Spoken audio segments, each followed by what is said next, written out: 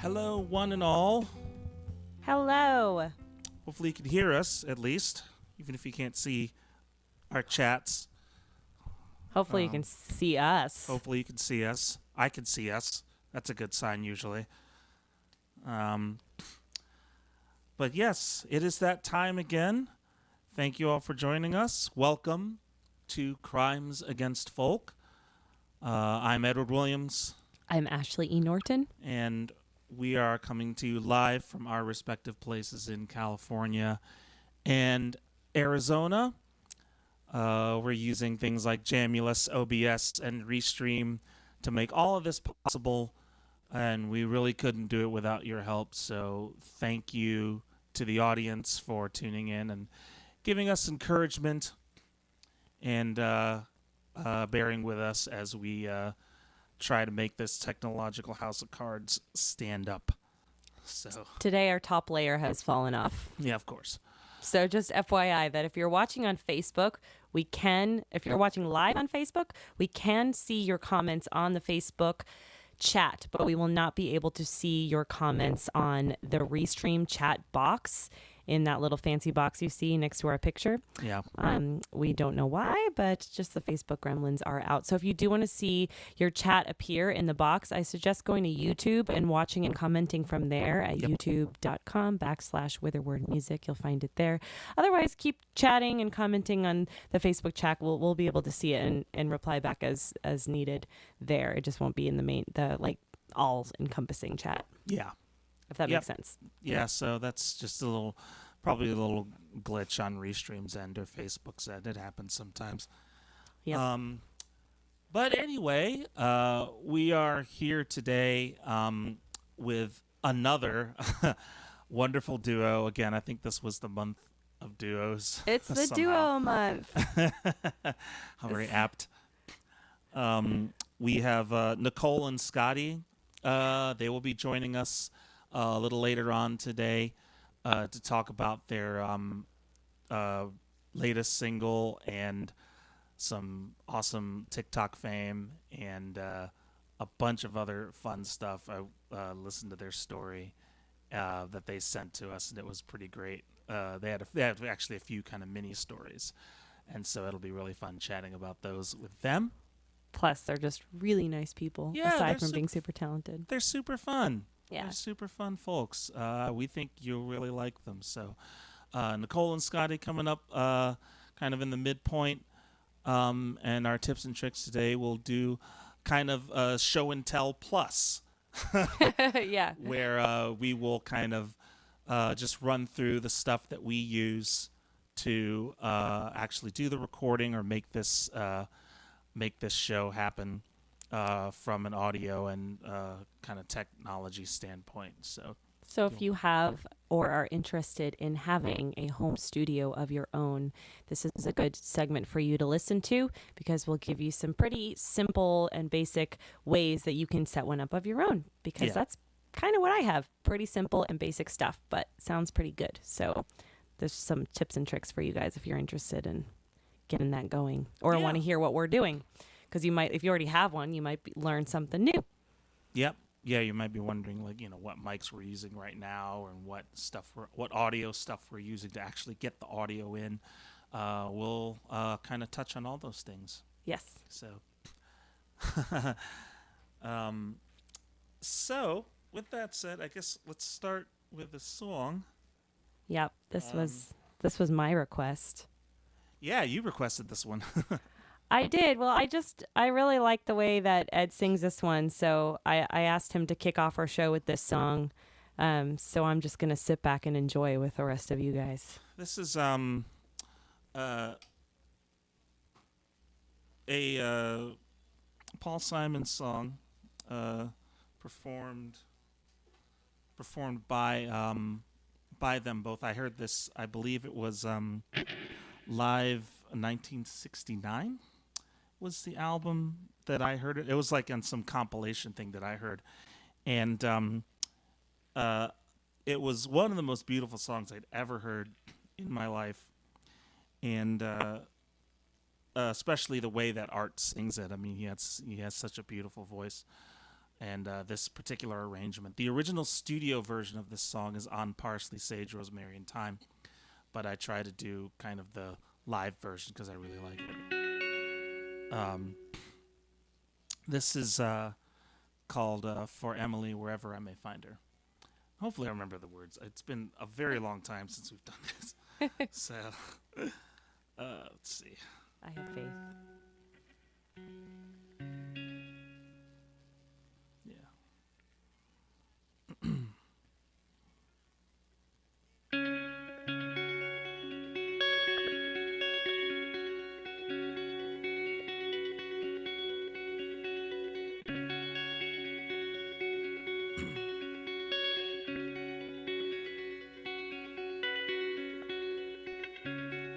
What a dream I had, pressed in organdy, clothed in crinoline of smoky burgundy, softer than the rain. I wandered empty streets down past the shop displays. I heard cathedral bells dripping down the alleyways as I walked on. And when you ran to me, your cheeks flushed with the night. We walked on frosted fields of juniper and lamplight. I held your hand.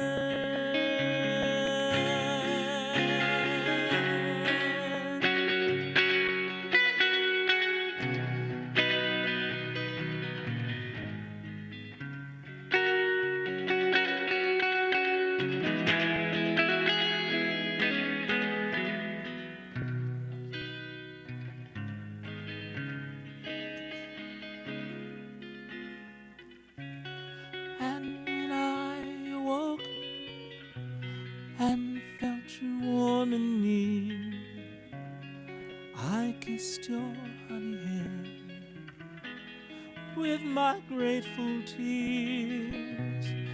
Oh, I love you, girl.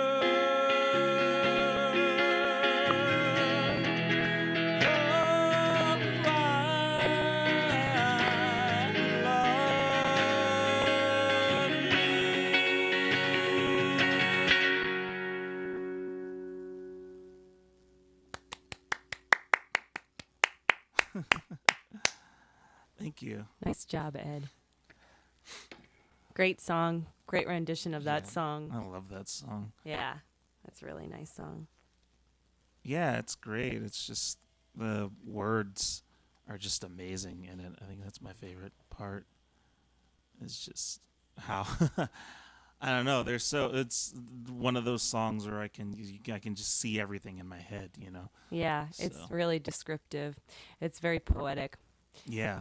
And Art Garfunkel will tell you, neither of us, this is a song about a fictitious woman named Emily.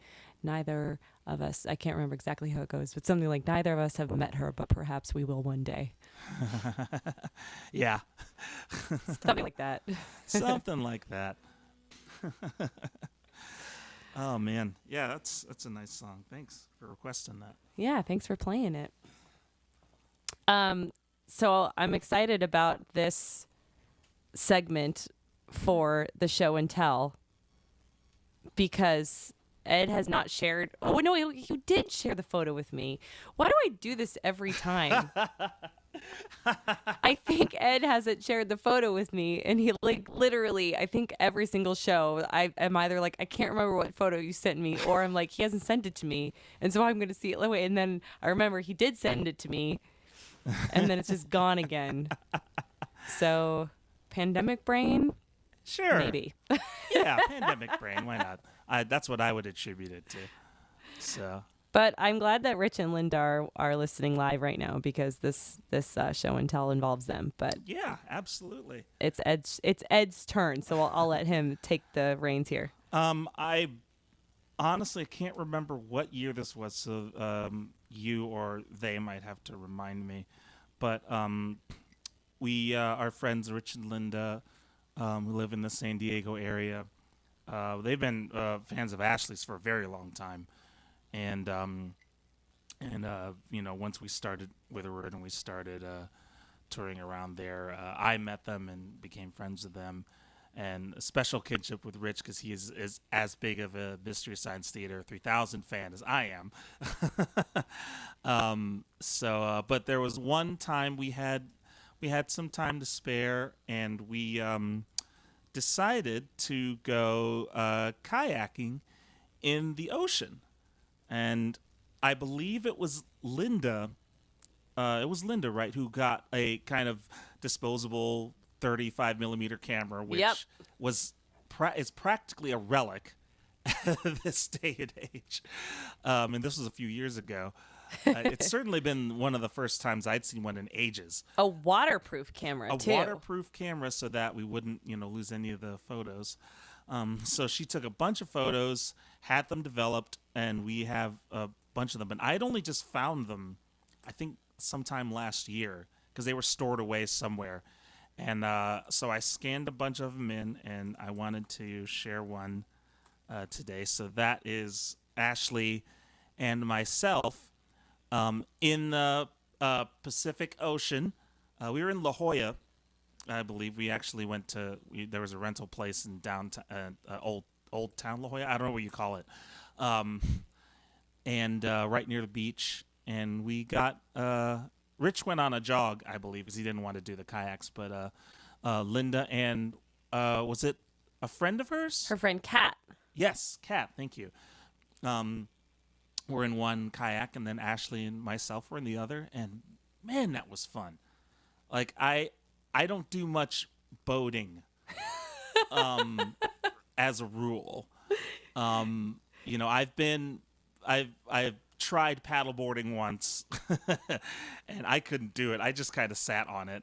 I would canoe around in Boy Scouts every now and again, only because I had to. But this just sounded like a lot of fun because I love the ocean, and I hadn't done anything like this before. So we got out in the water, and yeah, that was really, really fun. It was super fun, and I was really proud of you. Ed will try anything once. Yeah, under most circumstances. Yeah, not anything, but like he always surprises me because he's not Ed. You're not like the most outdoorsy guy, you know. Not really at all. Yeah, but that said, you've been hiking with me, and you've been Done half a mountain. Yep. Yeah, you did half of Piestewa Peak. Yep. And then kayaking, and you did the paddle boarding like down. Yeah, it wasn't in, like Leavenworth. yeah, and it wasn't like you were paddle boarding in like a calm lake. I mean, we were paddle boarding down a river. Yeah. Like I couldn't stand. That was the only problem. But it was fun just to sit on it and kind of move down the thing. But Yeah. I don't have the core strength to stand. But Yeah. it was still real. That was actually still really fun. But yeah, I had never kayaked in the ocean before. I don't think I'd ever kayaked, period. Ever. Yeah. Like in any situation. I've been canoeing once, and that's about it. And I've been on a boat once or twice on the Mississippi back home in St. Louis. But yeah, never kayaking, and especially not in the ocean. But that was just really fun. So yeah, you're right. I will try anything. I will at least think about trying anything once. Yeah, but that was a really special moment with Yeah. with the kayaking, especially with Linda and her friend. We just had so much fun, and it brings me. I mean, Ed has this really big smile, and so when he's actually like really enjoying something, it brings me a lot of joy to see that like massive smile across Ed's face. I won't lie. Yeah, and it was kind of a nice workout too. Yeah. Because you really got to work to make that thing move in the ocean against the ocean waves.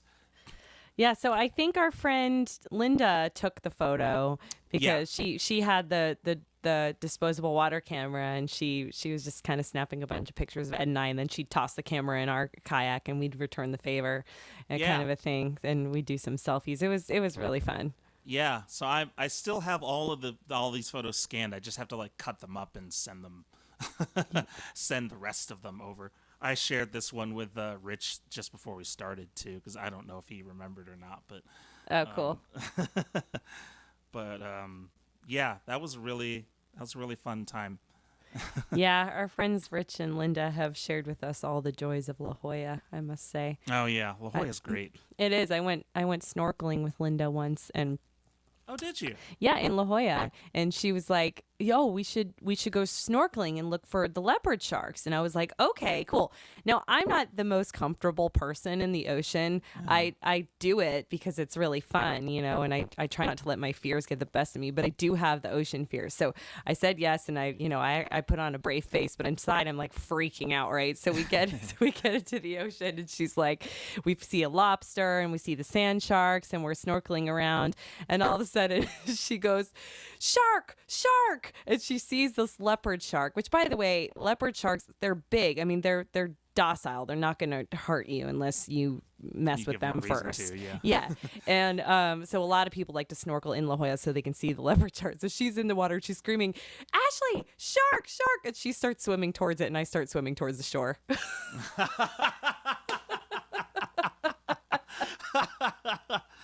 Because I did see it. It swam right past me. And I was like, nope. Just noped right out of there. They're big. They're scary. How big was it? Oh, I don't know. You should look up a leopard shark. Yeah. I can't remember, but it was big and they're fast, So, I mean, they're really, really cool and beautiful, beautiful animals, but it was more unsettling than I thought it was going to be. Oh, man. That's funny. I prefer being on the kayak. Yeah, right. Rather than in the water with the shark. Wow, that's cool. I didn't know that. That's really. I think you might have told me that before, but it's been a while. But yeah, it was fun finding all those photos, and I had a scanner, so I was able to scan them all in, and so yeah, I'll share the rest of those with Rich and Linda at some point, and everybody. But hey, one down. Yeah, one down. Yeah. That was a very fun day. So thanks, Rich and Linda, for taking us along for some fun stuff. Yes. I miss doing those fun things. Oh. Yeah, I know. It's a little tougher now.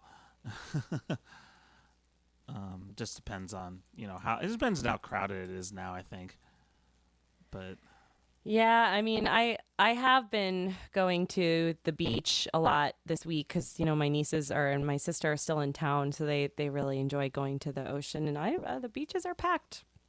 They're packed. I mean, it's hot. There's not really a whole lot you can do inside, so everyone's going to the beach. And I'd say most people are being pretty cool about wearing masks when they get closer than 6 feet, So everyone's pretty spread apart, but it's still it's a little unsettling. Like once the beaches start getting, we like going early, and when they start getting too crazy, we just kind of go. No, that's a good idea. Yeah. That's a good idea. All right, so that was my show and tell for the week. Nice one, Ed. Yeah, I thought that was pretty fun. Yeah.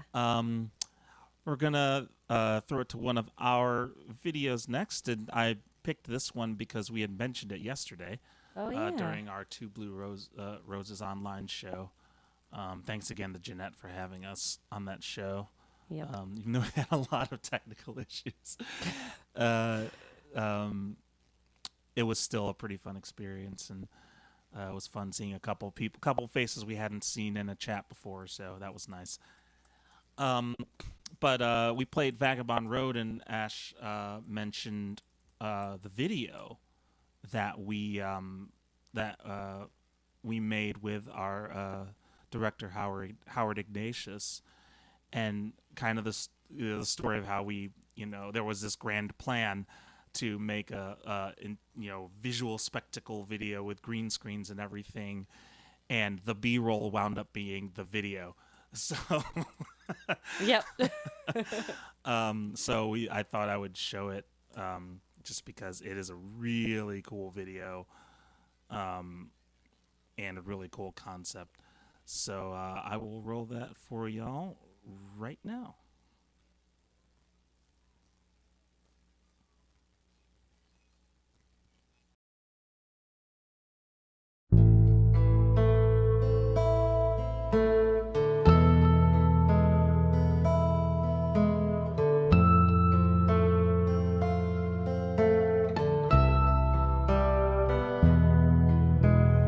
Make it steady, make it fast, make this steed so it's gonna last. Take me places I've never been, only in my imagination. All the highway angels wave past me by on parade. I saw them in Montana skies and Vegas where they go to die. I plan on strings and over your front sanction in a Subaru. All I know is the vagabond road.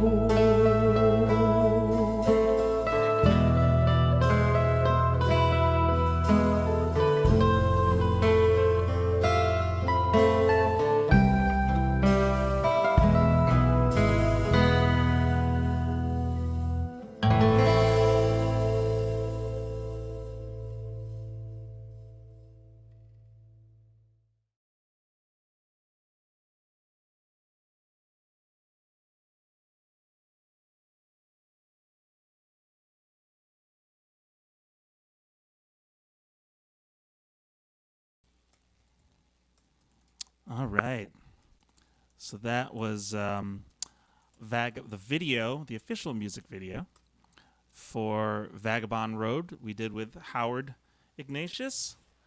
And Ash and I were just remarking how awesome the mountains looked in the background. It looks like Scotland, but we were on the Central Coast, California. And I think it was springtime or something. Just so much rain happened. yeah, they had a heavy rain, and that's typically what'll happen in California. Is like, if depending on how it goes, they'll have just a kind of explosion of green and flowers and stuff. We did Sleeping with Shadows that same time, didn't we? Oh yeah, that was the year of the super bloom. Yeah, was that last year or was it the year before?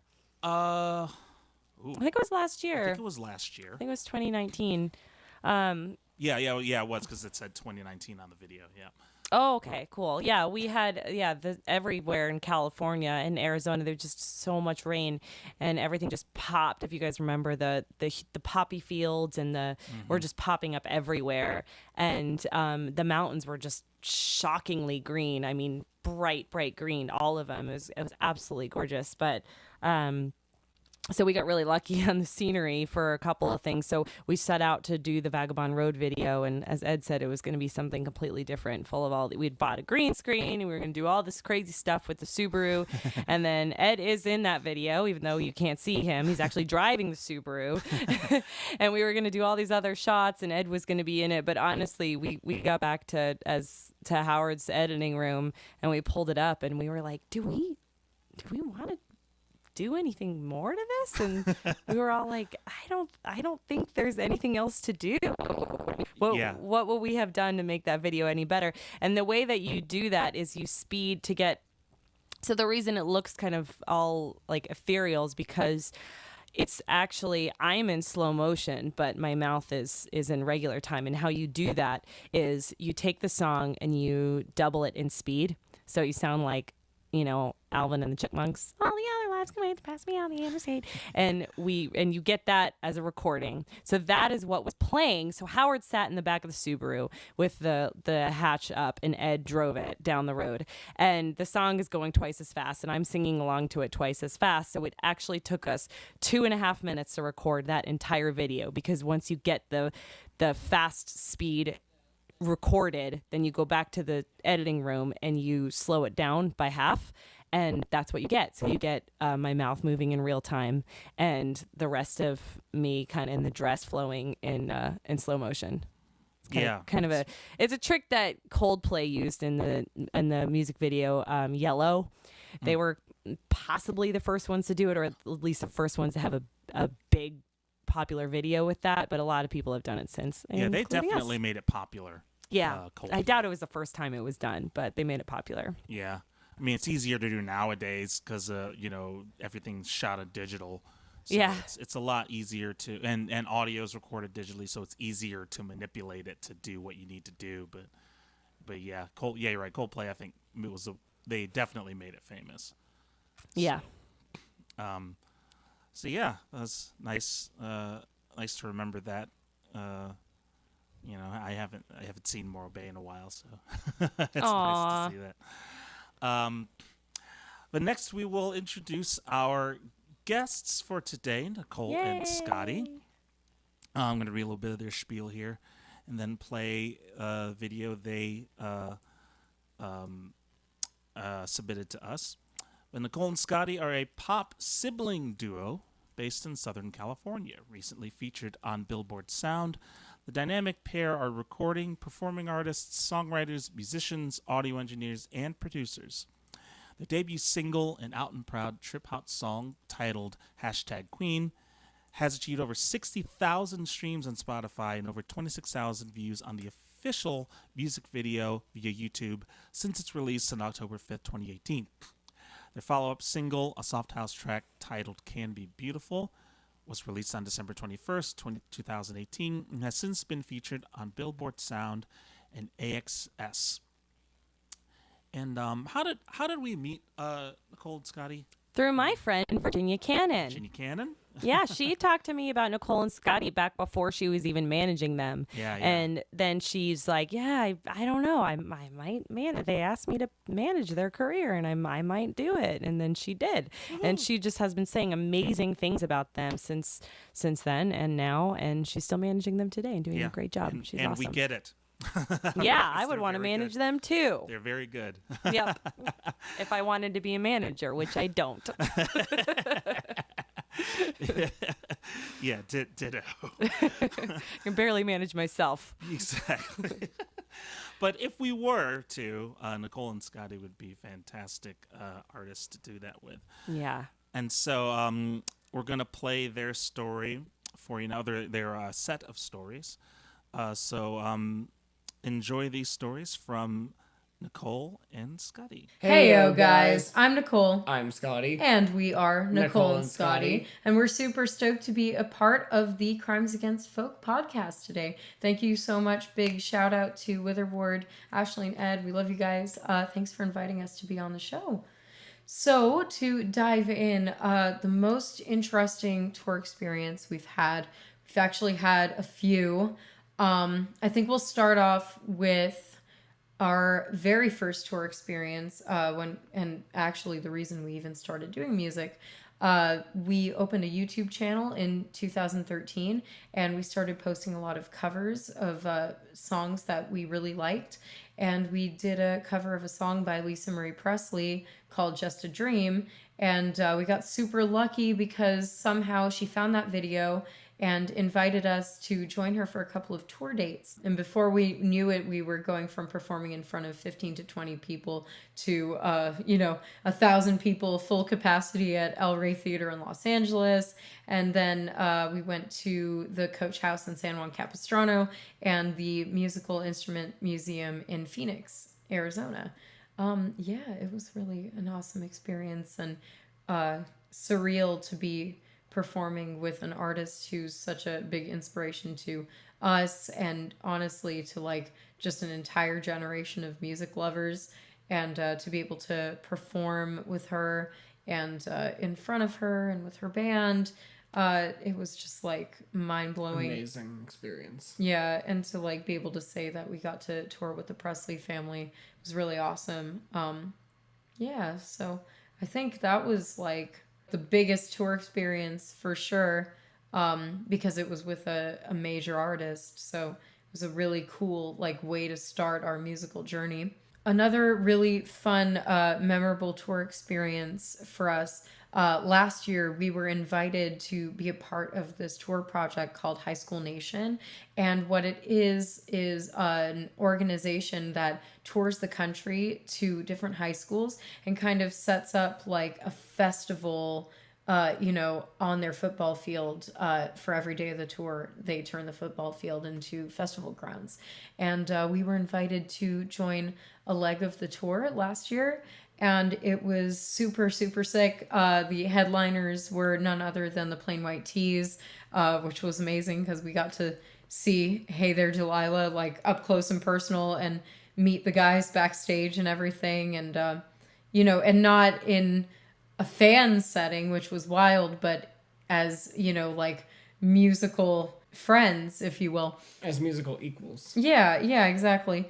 And it was just really special because we really hunger for community in the music industry. And we're seeing a lot more of that lately, especially. We really made a lot of good friends on that tour with other bands. And they were just like, we were all up and coming artists other than the headliners, so we got to meet each other and talk collaborations. And there was just this sense of camaraderie, which I feel like is really important to have when you're touring with, another group or multiple groups if you're doing a festival kind of a tour. And another really fun tour experience that we had was we went on tour to Mesa Music Festival last year in November. And it's kind of like a festival that just takes over the whole city. And they're just like random pop-up stages on the streets, in coffee houses, in different shops, different venues, a main stage with headliners, big band names, small band names, and it was just truly incredible. We made a lot of friends there. We went busking on the streets. We had like a whole crew. It was just truly one of the best experiences we've had. Yeah, it was super dope for sure.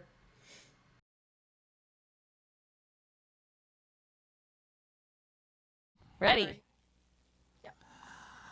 All right. Okay, let me bring this back. There it is. Hey, all right.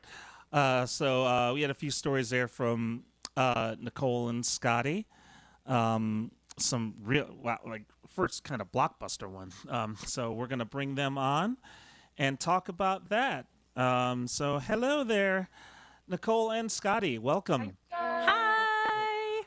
Thank you so much for having us. You guys look great. It's so good to see your faces. Yeah, it's been a very long time since I think we've seen each other in person. So it's so good to see y'all as well.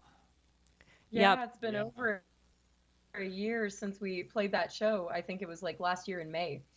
Oh yeah. Oh my gosh. Oh, the good old days when we could play shows. Yeah, back when we could play shows. You're right. We can go outside. Yeah. Right. I wanted to. I took a few notes on your stories, and I'll start with the first one, which is simply Lisa Marie. Yeah. That's amazing. That literally says that in It the was- bullet it- points. It says Lisa Marie exclamation point question mark. I love it. Yeah, that was an amazing opportunity that we had to go on tour with her and play a couple of dates and meet her family and hang out with her backstage. It was like a very surreal. It felt like a dream, Oh my especially gosh. because we'd listened to her music so much and we were covering so many of her songs back then, just to kind of like test the waters. Yeah. And then to like hear from her herself and then be in her presence and do shows. It was like, the rock star dream. And we had just decided like, okay, we're going to do music. And then boom, that happened. So it was kind of like a sign for us to keep going, I think. Yeah, I'd say so. Yeah. There's a good indication of anything like that. You go a couple opening dates with Lisa Marie Presley. Okay, sure. I guess we could. I guess we could keep doing this. Oh, is this how music works? You just do your thing and then you just get invited on tour with Lisa Marie? Cool. That's so cool. Just casually, right? Exactly. That's so great. Have you opened for anybody else? Kind of, I guess, like anybody who we could say has stature or that you were really excited to open for, or Yeah, the tour that we went on last year, called High School Nation Tour, and, Oh, yeah. and they go around, like we mentioned, they do like festivals for high schools. The headliners there were the Plain White Tees, Hey There Delilah, no kidding. and what are a couple of other? Oh, that song was like one thing to say. Yeah, the one thing to Yeah. say Yeah. 3 words for you. Yeah. So those guys were really cool. Loved hanging out with the Plain White Tees. They were the headliners of that tour. So technically we opened for them. Oh, sure. I guess we could say, because we were one of the 10 bands that were also on that tour, and they were like the main attraction, and then we were earlier in the day. Yeah. But Yeah. so it's kind of crazy to, be like in a musical setting with people that you've like considered, childhood staples to listen to. It felt really cool, not just like as fans, but we were there like doing the same job, and they like knew us by name, and then we were hanging out and like eating backstage and whatever together. So it's just like, wow, this is actually happening.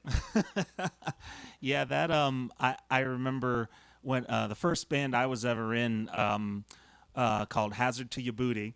They are still around. It was this 10-piece funk band. Such a good name. I love that. And we won a Battle of the Bands back in, I guess it was 2002 or something, that Zach Galifianakis actually hosted before he became like this big time actor. He was still doing his kind of piano comedian shtick. Oh wow. And we got a spot on Mizzou's big big festival, and we opened for Common and Jurassic 5. And wow. that was just like whoa, I'm not much into hip hop, but I knew who they were, and it was a really impressive show. And it was just like, oh my gosh, these guys are so good. Our guitar player was freaking out because he loved those guys. So he was freaking out. So it was kind of fun to see that. But those moments are they're few and far between, at least, but we really do enjoy when they happen. It's really something special. Yeah, I get it. I've had a band called Delcoa back in Arizona, and we got to open up. I've had this happen a few times actually, where I've played like a festival where I was either a solo artist or in my band Delcoa, and I got to open up for a really big artist like 10 spots before they went on, But my bio, I was like, I opened up for Michelle Branch because I did. There were 10 people between us, but I did. Just going with it. Oh, yeah. And that was advice we got really early on in our career. Like, that's your resume. You've got to tell people, who you've opened for, who you've, fraternized with. Like, yeah, you have to show it off. Yeah, and it's true. Although the funniest, and we still don't really know how to word this, there's a really big artist in the UK named Billy Bragg. Oh, yeah. And the only time that Witherword has ever shared a bill with a big artist was with Billy Bragg when we were on tour in the UK. And it kind of happened accidentally because we were doing, I'm sure you guys have played, I think I saw you play So Far Sounds once. No? Yes? Yeah, no, not yet. Not yet. We're in contact with them, so sometime soon. Okay, all right. Well, So Far Sounds is like a show where you get up and you play 4 songs, and it's like a house concert kind of scenario, and they exist in every city across the world. It's a little bit controversial. I won't get into it, but it's also cool.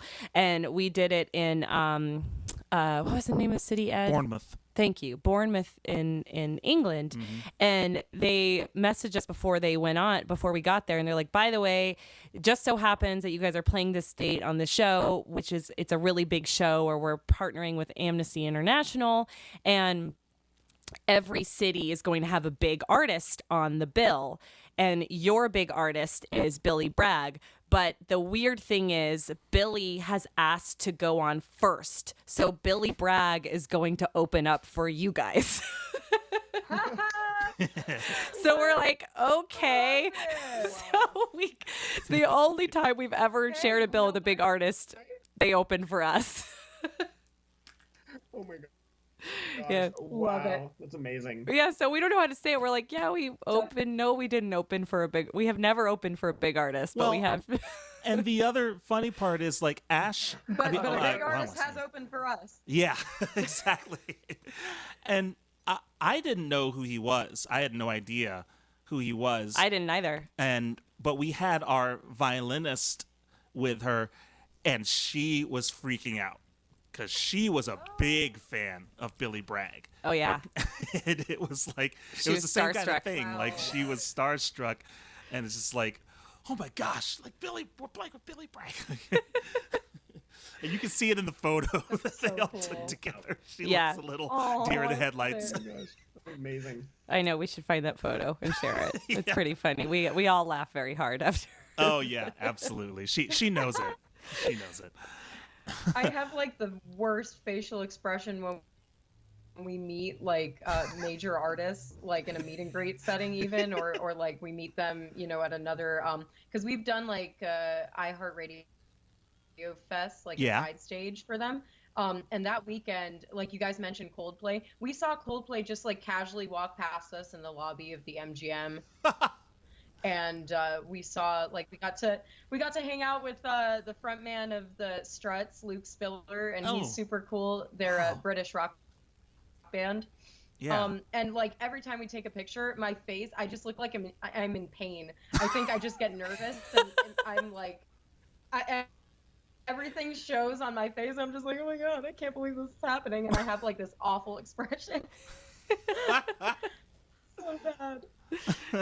Well, I don't know about you, but to me it's not like I totally nerd out when I meet my heroes. Like I should just never meet my heroes, because any given star I wouldn't necessarily care about meeting. Like it's just another person to me. But if I really look up to an artist and I meet them, I turn into a complete idiot.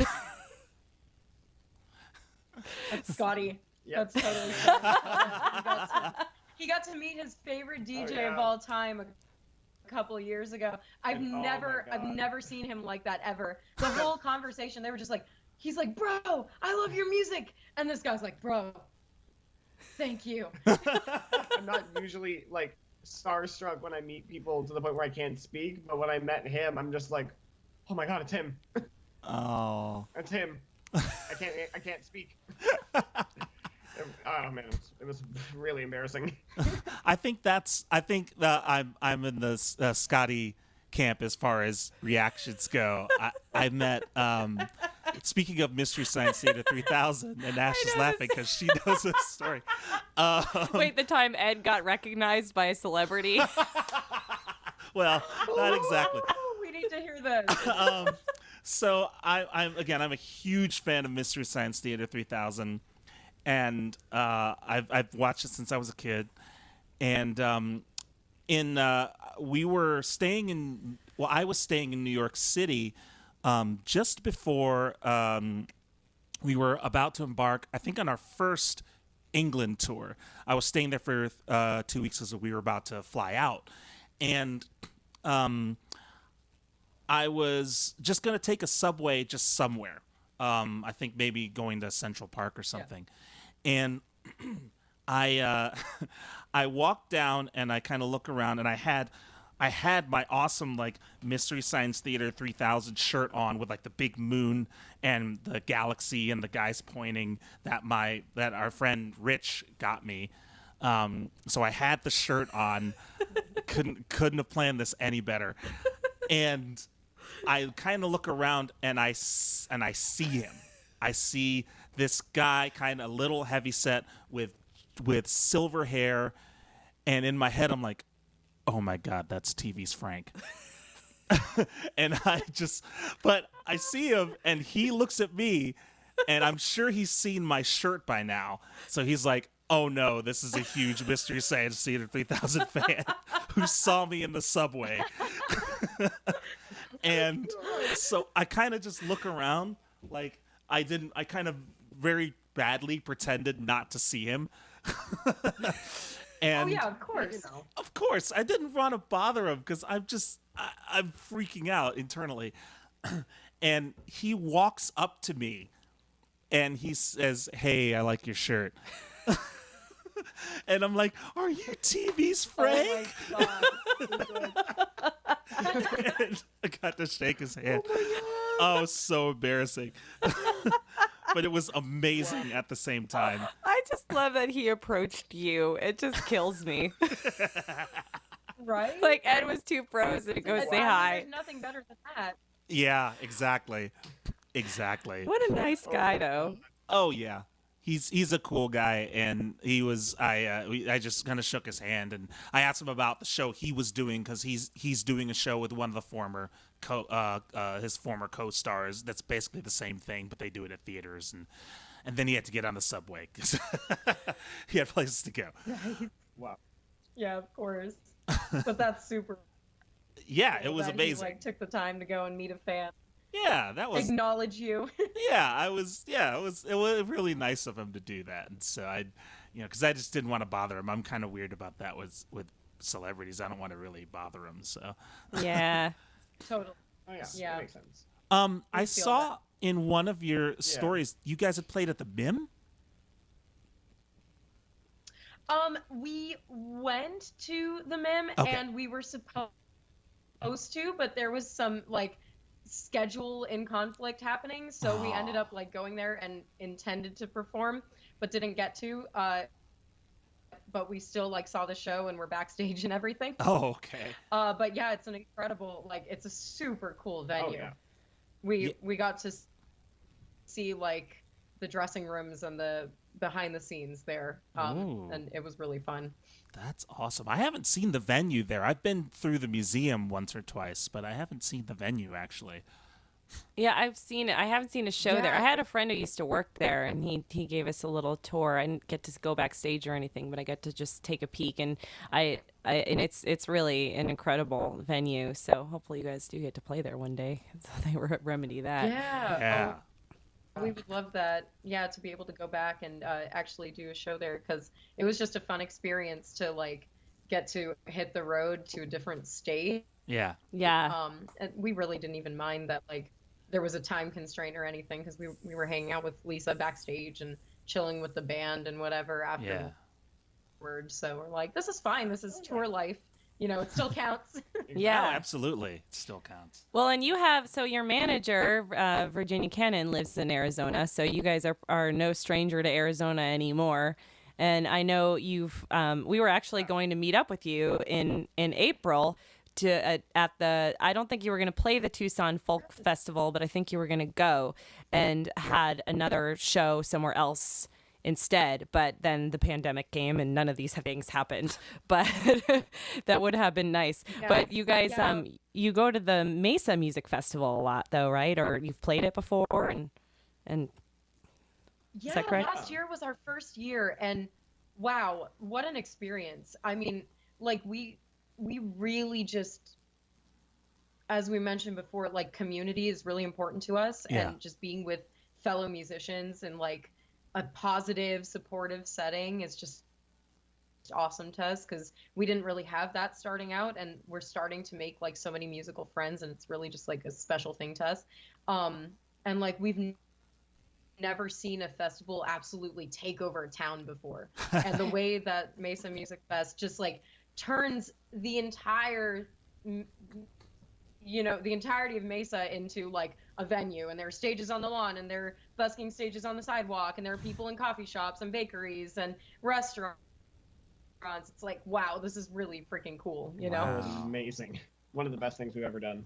Yeah, hands down. Oh my gosh, that's so cool. It's yeah, I'm a little hesitant about festivals or conventions or something, because there's so much going on, but it's nice that y'all found one that you really clicked with. Mm-hmm.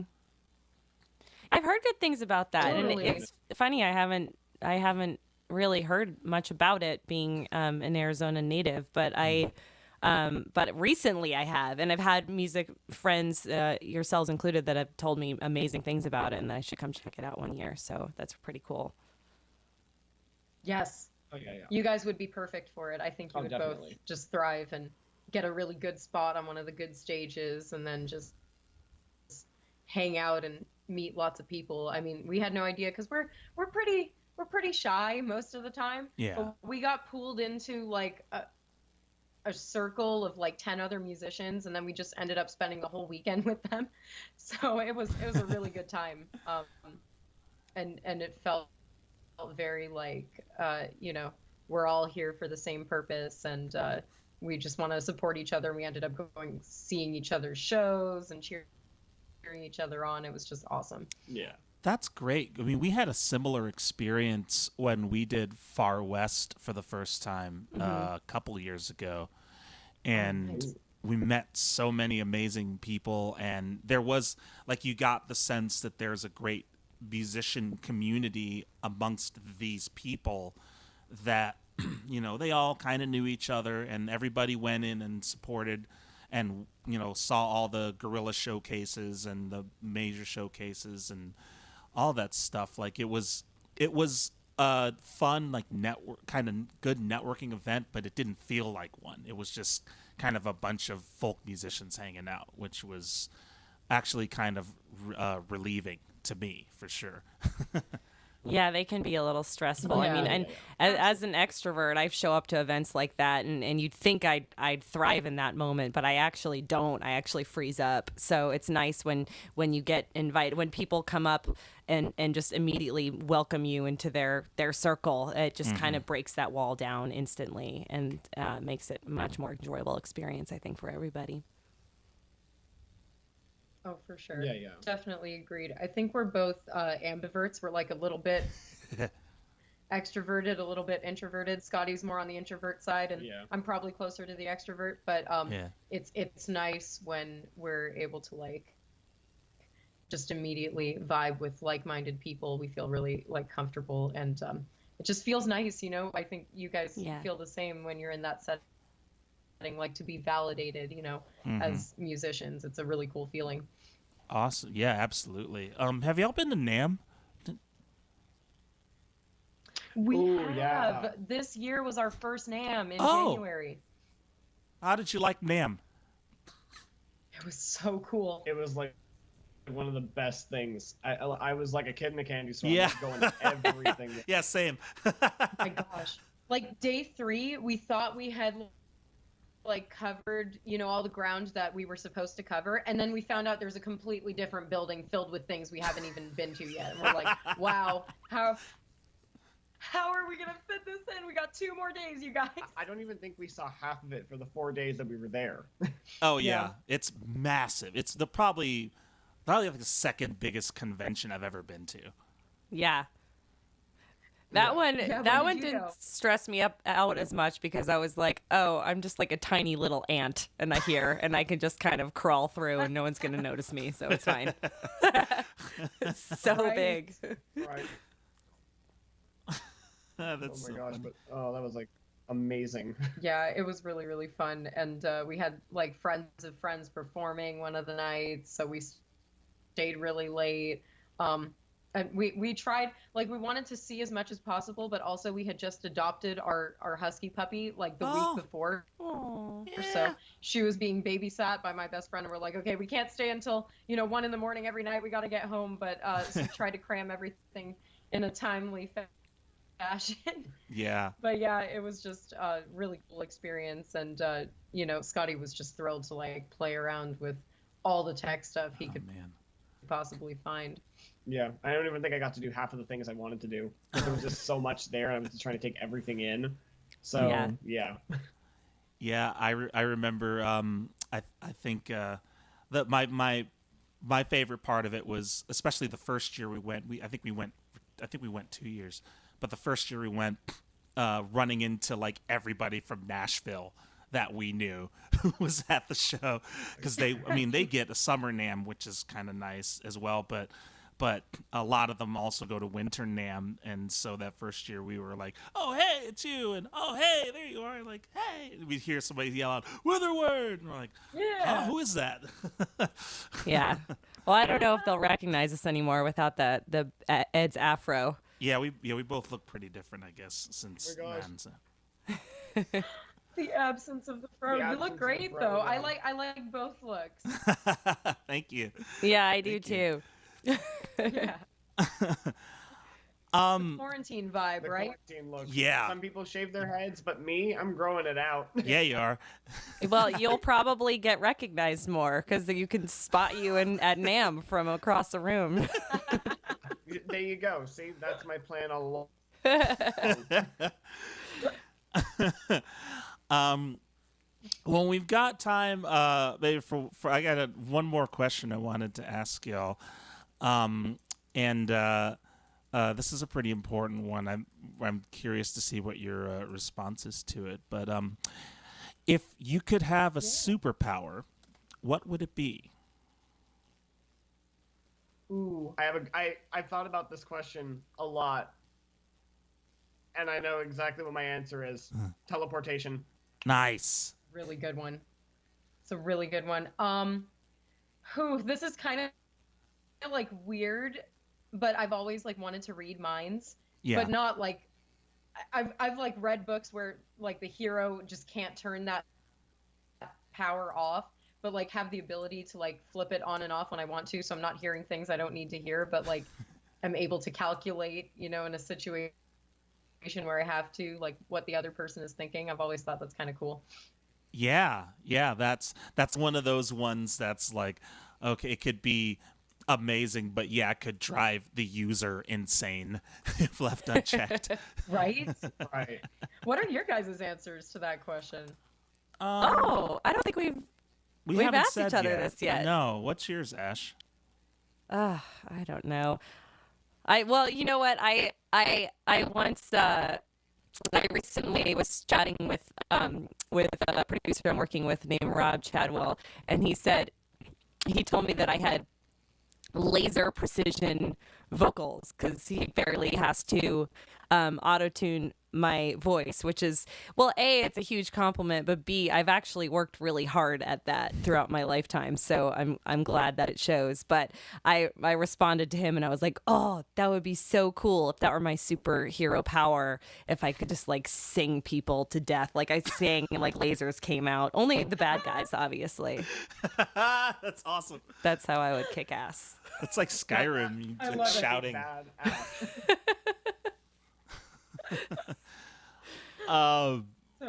I guess for me it would be to fly. I just like, I don't know. I like the freedom that would impart, to just be able to kind of, because I do enjoy like driving when we're driving places. I think just the act of it is really nice, and so being able to fly would be really cool. To be able to see the world from a different perspective, but still be able to travel places, and I don't know. I've always thought that was Yeah. cool. That's a love good one. it. I love that one. That's a great one. That's a good one. Yeah, for sure. Classic. It's classic. I'm pretty It's bog a standard. staple, Yeah, right? Yeah. That you could fly to all your favorite pizza places around the world. Yes. See, See? that's the real plan. Yeah. Ooh, where's the best place you guys have had pizza? Because you've been all over the world. Yeah, I mean, I'm actually working on a blog post for the website right now nice. about it. But yeah, we call it the Cool. Pizza World Tour, even Yeah. though most of the places are in the US. We have this documented. For That's me, a great Right. question. my favorite place is a place called Bill's. It's called Bill's Pub, and it's in Mundelein, Illinois. And Ooh. they have the best kind of thin crust pizza I've had my entire life. It's amazing. Ooh. I don't know what their deep dish is like. I haven't had it, but that's a separate category anyway. But yeah, Bill's Pub in Mundelein, Illinois. That is my absolute favorite pizza I've ever had. And mine is Sally's or Pepe's in New Haven, Connecticut, which is where my mom grew up. And if you look up best pizza, it's like top 10 best pizza restaurants in the United States, or probably not the world. I don't know. But if you look it up, you'll see New Haven in there like at least twice, because there's for some reason my mom grew up in like the pizza capital of the USA, which you would not think is New Haven, Connecticut, but it is. And Sally's and Pepe's is just like out of this world. She would always tell me about it growing up in Massachusetts when I was a kid in Massachusetts. And we moved to Arizona when I was pretty young, but we went back to Connecticut on tour, and we happened to play in New Haven, and I was like, we're going to check out some pizza. And we tried all of them, and I was like, she is right. It's so good. They're so good. It's amazing how consistent that city is with their pizza. I've never been to a city. Honestly, I've never been to a city like it. It's crazy, but we talked about it, in fact, in our first podcast, and so we're talking about it again. So this is how you know we mean business. But we will share this. I'll have Ed share the the blog post with you when it's done. Yeah, we'll put it. Please. Oh my God, I gotta see this. Oh yeah, like when we're in that neck of the wood, we're gonna be hitting you guys up. Like, all right, you guys, Pizza Rex, let's go. Yeah. Oh, and Star Pizza is the best deep dish, we think, in Alameda. If you go California. to Alameda, California, just outside of, just across from Oakland, Star Pizza, that's the place to go if you want deep dish. Yeah. So basically, Ed will fly from here to Mundelein, and then we'll fly to New Haven, Connecticut, and then that'll be a really fun journey flying all the way back to San Francisco, and then just a short trip back down to Arizona. I've got it all planned out. There you go. Pizza see? tour. Yeah, The pizza pizza tour. tour. You just tour to get pizza. That's it. No, not even play shows. Just go. No. For the pizza Yeah. roll. Not to play shows, not to save people's lives by being a cool flying superhero, just to go get a slice. Yeah, but you've got me on board, and That's I'm gonna save people with the siren ability. I'll save your hunger. Like-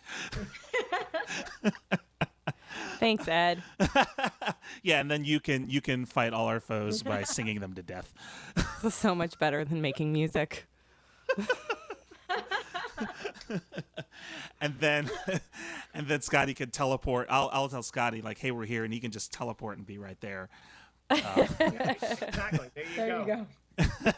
You just send me a message and I'll be there. Like no problem. You can drag me with you. Maybe it'll work in the teleportation process. In my mind, that's how it will work. Okay, cool. I agree with that. It's gonna work. It's Well- going to We'll make it. I'm afraid we're just out of time. We were so happy that we could have you both join us. We understand you have a most recent single that just came out, Sweet and Sour. Can you tell us a little bit about that before we go? Yeah, real quick. We dropped a new single in December before all the craziness happened.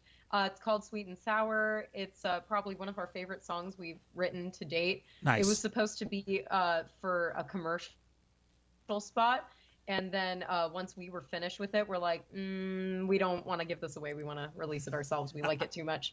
Cool. And yeah, so it's doing good on Spotify, but every stream matters. So like, if anybody wants to stream it, that would be super chill.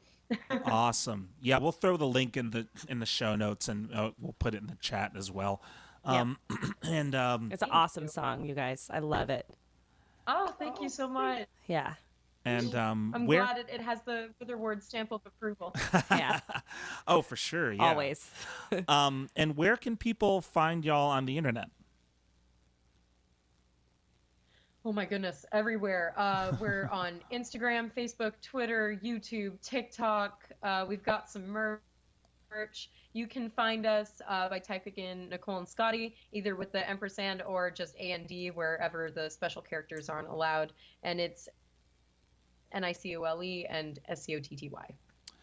Awesome. Yeah, we'll put all those links as well in the show notes so people can find you wherever you are. And we're just so thrilled that we got to catch up and chat with you. It was really fun.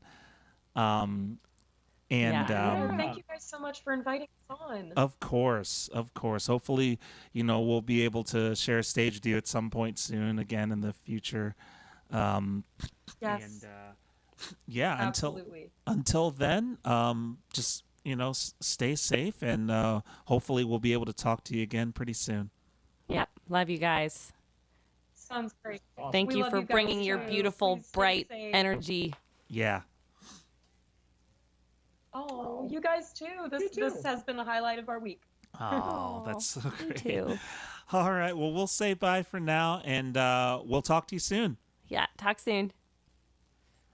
Perfect. Awesome. We'll see you guys later. Bye. All right. Bye.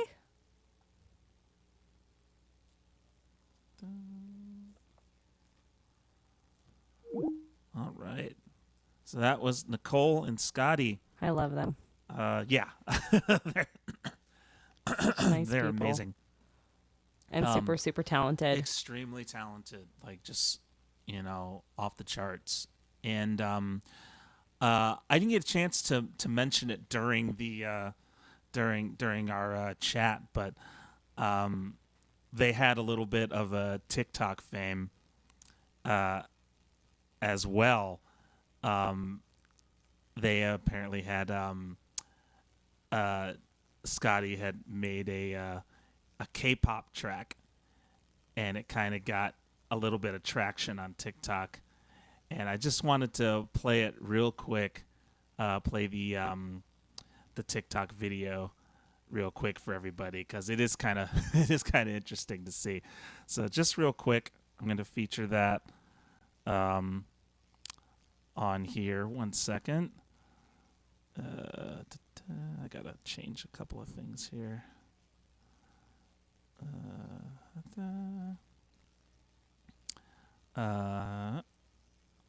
Okay, so here's a Scotty in a TikTok video with his K-pop bop. So in coronavirus quarantine, I got strangely into K-pop over the last few days, and I wrote a song that sounds like a Blackpink track.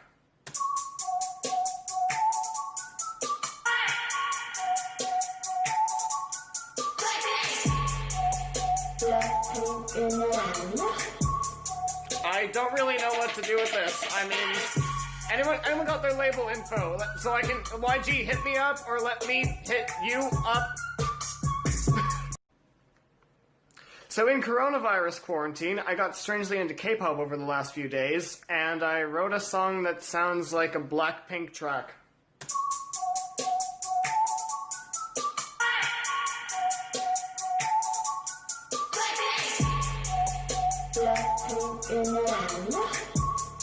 I don't really know what to do with this. I mean, anyone got their label info? So I can, YG, hit me up, or let me hit you up.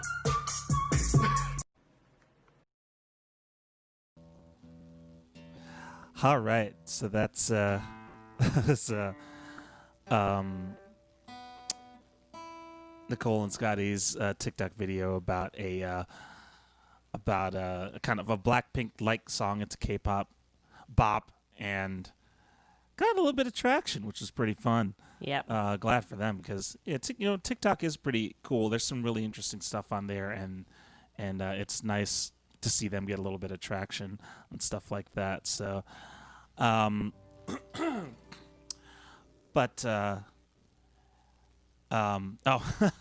he looks uncannily like Geddy Lee. Rush, is he trying to get back in through you guys? He does kind of look like Geddy Lee a little bit. A little bit. A little bit. If he straightened his hair, I think he definitely would. But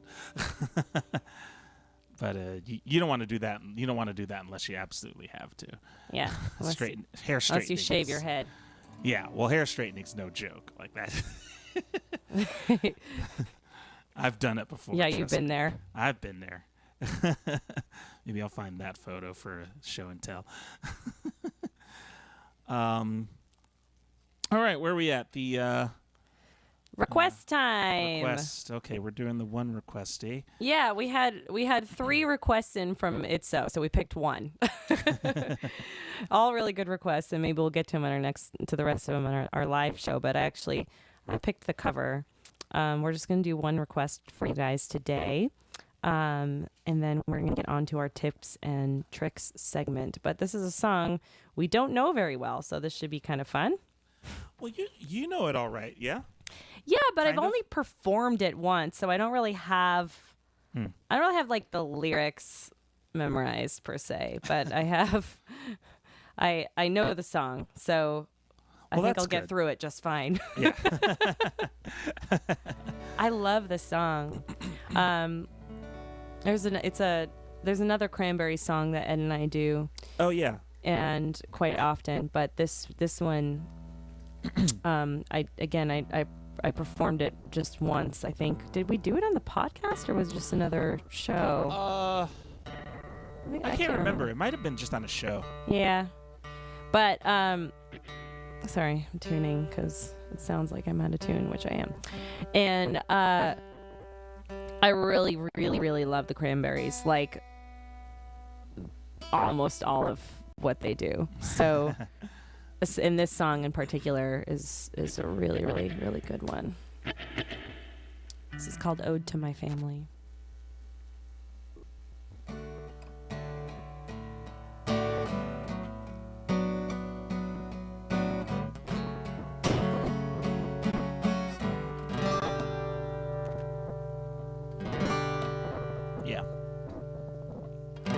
How's that?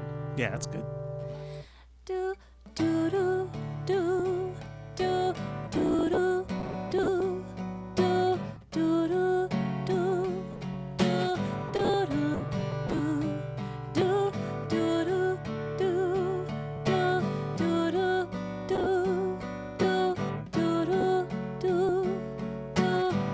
do do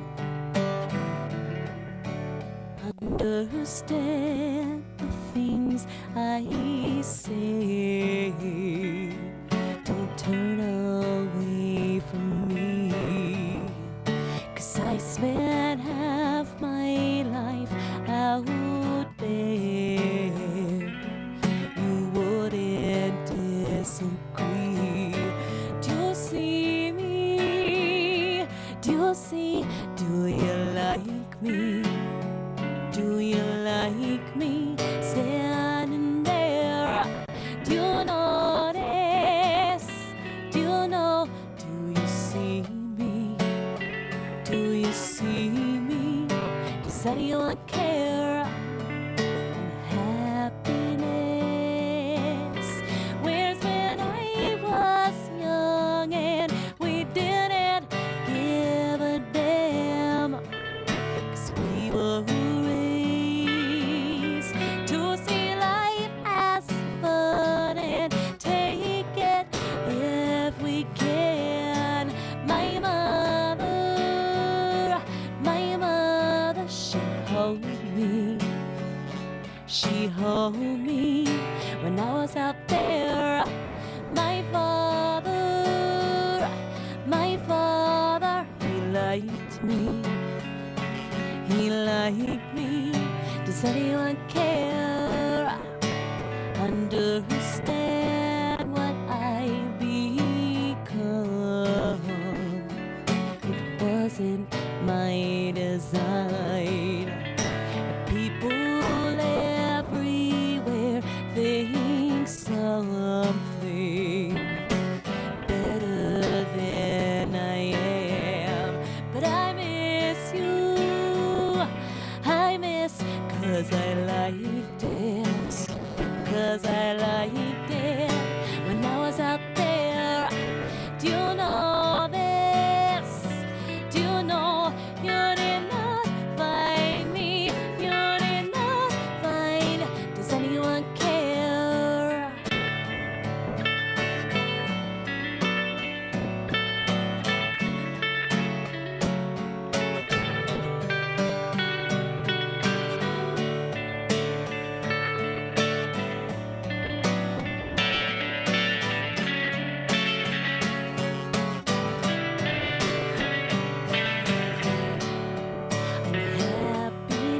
Happiness, where's when I was young and we didn't give a damn. 'Cause we were raised to see life as fun and take it if we can. My mother, she held me. She held me when I was out there. My father, he liked me. Oh, he liked me. Does anyone care? Does anyone care? Does anyone care? Does anyone care? Does anyone care? Does anyone care? Does anyone care? Does anyone care? Do do do do do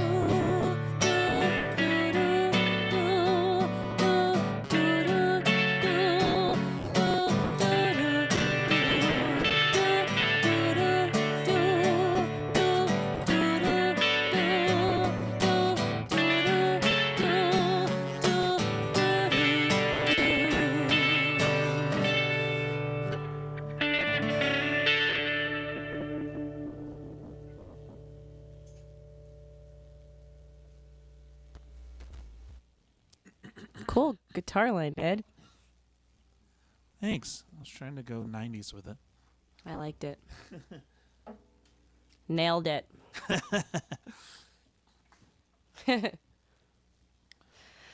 Oh, I love the Cranberries. Yeah, it's good stuff. Yeah, even though the whole time I was like, remember what I was saying about the precision vocals I was talking about earlier?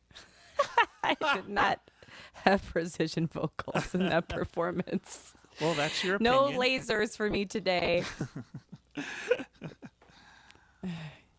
Well, that's your opinion, but Yeah, I know.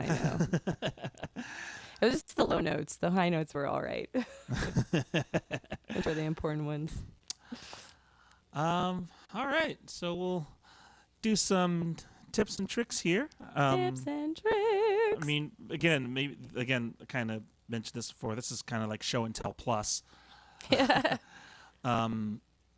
Because we are going to sort of reveal what all we're using to make this crazy thing happen, but also what we use for our personal setups as well when we're doing music or other stuff. But we also use this stuff for the podcast, so you'll kind of get to see that as well. Ash, we're going to start with you because you have an awesome photo that kind of just shows everything that you use. I don't have anything like this. Yeah, well, I did an Instagram post about it because my Instagram page, my personal Instagram page, bounces back and forth between like vintage fashion and music and hiking. And so since I do so many music videos and songs on there, I decided I should take a picture that kind of shows everything that I use and talk about it. So when we decided to do this post topic today, I sent this off to Ed and I was like, well, you can kind of share this for reference if you'd like. Yeah. That's a good, this is perfect. So I'm not in that setup today because I have family in town and they've taken over my office. So I have moved into my bedroom temporarily. But yeah, kind of just run down the stuff that you're using, and that you use to do your personal music and also to record this podcast. Well, I have this blue microphone here, which is actually a performance mic, but it's a blue 300 Encore. Mm-hmm. And Ed and I found this at the NAMM show a few years ago, since we talked about NAMM earlier. And I was looking for a new performance mic, and we had tested this in a very loud room because NAMM is very, very loud. And I remember hearing it through the headphones, and I was like, it's kind of hard to tell, but I really think I like this mic because, I am a studio singer. That's kind of like my favorite thing to do, but which Blue mostly makes studio mics. So I found it really extra interesting that they had made a performance mic. So Brad, my boyfriend Brad, got me this as a present, and I love it as both. Honestly, I've been using it on Witherward shows for over a year now, probably, and it's so I've had a couple of sound engineers say how much they absolutely hate it, but I think they're wrong. I think it's a gorgeous microphone, and we've talked some of our friends into getting one, in fact, and they love it too. So, and I especially love that you can bring it into the studio. You do kind of need this little special pop filter here, which I don't know. Can you tell the difference when, I can tell the difference when I have this on and when I don't. I use this pop filter for when I am recording, but it's just kind of an eyesore. So when we do the podcast, because it whisk it covers your away. whole face. Yeah, it's to take away those harsh P's like pa, ka, that kind of thing. Yeah. So this kind of pa, ka, it takes that away. But I just deal with it in the podcast because it's an eyesore. Yeah. So I love this mic. But my newest, my favorite thing that I got based on Ed's recommendation and Howard Ignatius is this Focusrite, which you can see in the photo as well. Mm-hmm. I'm pointing at it. It's a Focusrite Scarlet, and it's perfect for one person. It's not good for more than that because I can fit my microphone cable right here, my guitar cable right here, my headphone jack right here, and that's it. But it's literally only me. So unless I want to upgrade to have a bigger studio, they do make Focusrites that have As more. You will see. Yeah. Okay. Just wait for it. Then, you can get more channels on here. But just for me, it's perfect, and it's so light and easy to travel. I travel with this podcast setup in particular. I can travel with this and have anywhere, and it all fits into one little bag. It's great. So that's my favorite thing here. I have all kinds of stuff set up on top of that for the podcast in particular, like an Ethernet cable, which really helps get a better Wi-Fi signal. And I also use it for when I'm recording so I can get that great Wi-Fi signal. I now have this little drive that Ed sent me, which also helps for storage reasons. And my pride and joy, which is not in the feature photo, my avian guitar, which is in other photos, though, on my Instagram page. If you guys want to look that up, you can see. So basically, this is also a gift from the NAMM show, Yeah. which we discovered avian guitars there and set up an artist endorsement, and it's absolutely beautiful. I love the sound out of it. So that's basically it. I mean, it's a really, really simple setup, and I plug this Focusrite here right into my laptop, and the programs that I use to record are, I'm kind of just using BandLab right now. I have GarageBand set up and downloaded into my computer, but I haven't really needed to use it yet. BandLab is great for like just I need to upgrade to GarageBand for the record, but BandLab's been fine for now. It does glitch sometimes when the tracks get too big or if you put too many effects on them. So I try to just record as is inside the web app, and then I go back in and mix it later. But it does start to glitch out after a while. So I would recommend using GarageBand, which is supposed to be pretty user friendly, and I need to get there myself. And yeah, what am I leaving out, Ed? Do you use a PC or a Mac? Well, I use a Mac because Ed wasn't using it and gave it to me.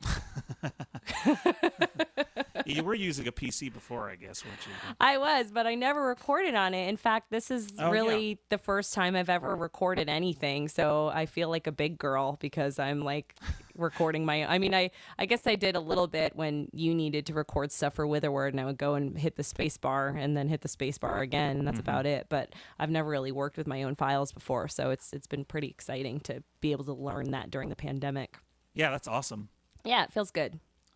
Awesome. So yeah, very, very, very lean setup. Yeah. Which is great that kind of setup would also work pretty well for like field recordings, stuff like that. If you want to with a different microphone, but it's the Scarlett Solo is just fantastic. It really, it's great. Oh, and I left out the headphones. This big time. They were $80 on Amazon. Just you can get wireless ones, or all the rage are a little bit more expensive, but these do the trick just fine. And what brand are those again? Are they Sennheiser?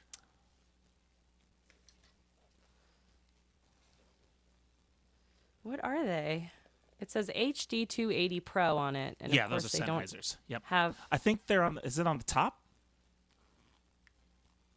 It doesn't say. Okay. Yeah, I think those are Sennheisers. What's that? Those are Sennheisers. Sennheiser. That's right. They are Sennheisers. Yeah. So that's it, you guys. I have a microphone, a Focusrite Solo, a pop filter, and headphones. And some pretty basic apps. And just for what I'm not doing anything fancy. I'm a singer-songwriter. I record vocals and I record guitar. So if that's your thing, I would definitely highly recommend my setup. It's fantastic for the singer-songwriter. Yeah. Yeah, it's more complicated. Just a tiny bit more complicated. So we're gonna go on a little journey here. I use a few more things to kind of make this all work on my end, but also on the recording end as well. Some of this you'll see won't really matter, but my headphones are just there's a pair of Audio-Technica headphones. I think they were like $50 or $60. I got a few pairs of these when we recorded The Anchor because we needed a few more pairs of headphones so that everybody could hear themselves. I don't know where the other pairs got to. They're lost to the ether somewhere. But those are the headphones that I'm using. The mic that I'm using is one that was gifted to me a few years ago. Actually, I've had this mic 5 years now. And this is a Sennheiser E838. And they don't make them anymore. They were kind of a cousin to the E835 back in the day. They don't make them anymore, but it's a fantastic microphone. I chose it mainly because I feel like it fixes the things that I don't like about my voice. it kind of counteracts parts of my voice that I want to de-emphasize. So that was the main reason I picked it. It was either going to be this one or the E835, and I feel like this particular mic, for whatever reason, seemed to work pretty well for me. So I'm going to grab the camera here, and we're going on a little journey. The camera I'm using, by the way, is Logitech HDC 920. It's a kind of a standard webcam for computers and stuff. It's pretty good. A lot of streamers use it. Here's the mic up close, just so you can kind of get a sense of what it looks like. But that's that's our Sennheiser E838.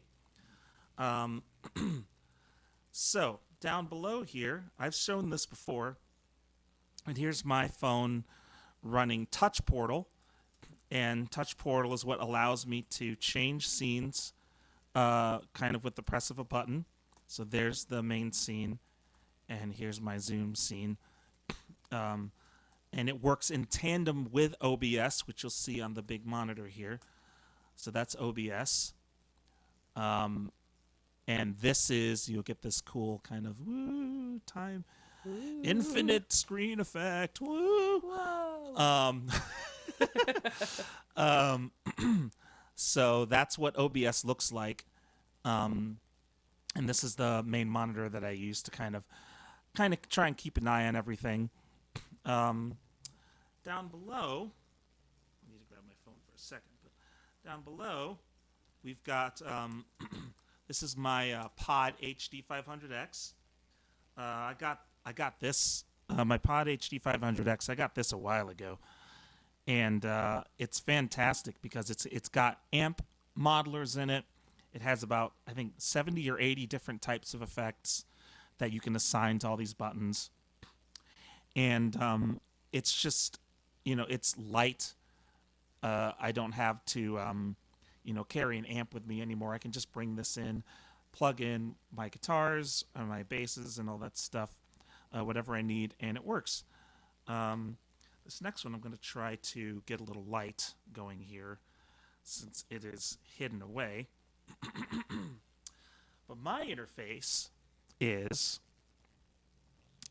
a Focusrite Scarlett 18i20. So this is kind of the big brother to what Ashley's got. It's it has 18 inputs if you use them all. So it has 8 analog inputs, things you could you can plug in microphones or keyboards or anything with a cable.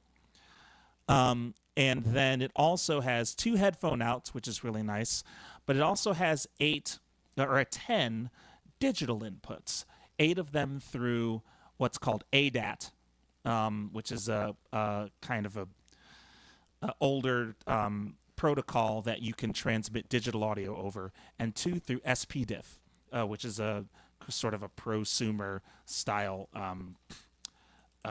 input type for digital audio.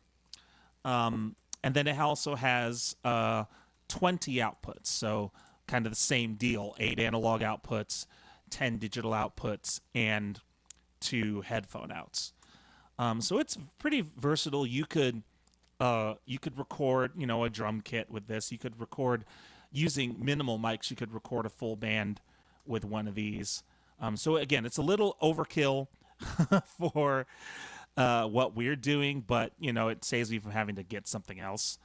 And I happen to like the sound of the Focusrite interfaces. Mm-hmm. I think they sound really good, so I kind of just wanted to keep using it. And then here's my little keyboard, a little Bluetooth keyboard that I use there. My little Magic trackpad that I use with my MacBook Pro. The MacBook Pro is really what's driving all of this. So that little machine's working its heart out, running the stream, bringing Skype in, bringing Touch Portal in, bringing Ashley's video in, Jamulus, all that stuff. It's really, really working hard. So yeah, that's all the stuff that I use. It's again quite a few things that I use. Some of this I will take on the road with me. Some of the stuff I do, not everything. But yeah, that's my stuff. Good stuff. Yeah, I think so. Yeah, it's a good tour, Ed. Thanks. I'll bring this back up here. There we go. Yeah. So that's the hardware. Oh yeah, I guess I should show my guitars as well. Oh, yeah. Forgot You about got that. some beautiful guitars, Ed. Especially the one. Yeah, this one is a Epiphone Emperor Swingster Royale. It's a hollow body made by Epiphone, and I really like it because it's pretty versatile. It's kind of marketed more as a rockabilly style guitar, but you can really kind of use it for anything, which I do.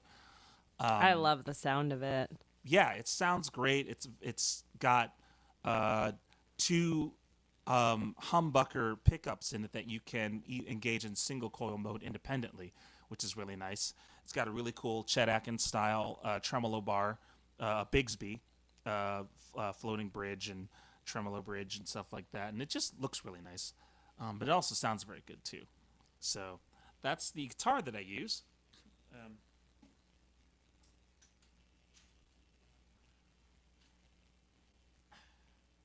The bass is an Ibanez SR505. This is a just Ibanez 5-string bass, and I really like it. Like, it was one of those things where I wanted to get back into bass again. I had sold my basses a while ago. I used to have a Fender jazz bass and a Carvin bass, and I sold both of those, and I just kind of got out of bass playing for a while. But I wanted to get back into it, and I picked this up at a Guitar Center and just started playing it. And I'm like, you know what? This actually feels and sounds really good. And it was pretty cheap too. I think it runs like $350 or $400 used, maybe $650 new, which is really good price for a bass. It's got a great sound, looks really cool, very versatile. Again, that's kind of the big thing I look for in my instruments is, are they versatile? Because I kind of don't want to have 7 or 8 or 9 guitars. I'd rather only have 1 or 2 at the most. Especially if just one like function guitar. Like, I'd have 1 bass, 1 electric guitar, 1 acoustic guitar. That's it. So, Not me. yeah. I have too many guitars. You have a lot of guitars. But yeah, that's my bass. It's a really nice bass. Ed stopped playing bass for a long time. Yeah, a few years. Yeah, and then one day he's like, I'm playing bass again. I was like, yay! I missed it. Yeah, I'd kind of missed it a little bit, so I got back into it. But yeah, so that's our stuff. Things you can think about, like, Ashley's setup is, again, perfect if you want to start podcasting, especially because, I'll grab something. 1 second. I'm going to grab something that if you are going to start podcasting, a microphone you might want to think about. 1 second.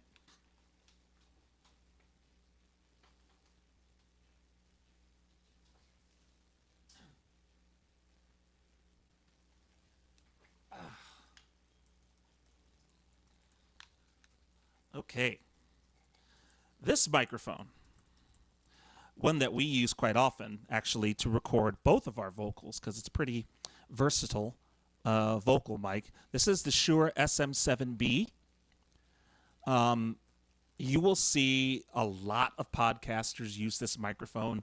It's used a lot in broadcast and in podcasting, mainly because it's an interesting microphone because it's a dynamic microphone. And what I mean by that is, that means it's a moving coil microphone inside of it. It doesn't require any power to power it, like most condenser mics do, that are a little more sensitive. Ashley's mic is a condenser microphone, so it does require power to the microphone to make it work, but this doesn't. However, it has like the sensitivity characteristics of one of those type of microphones without being one of those.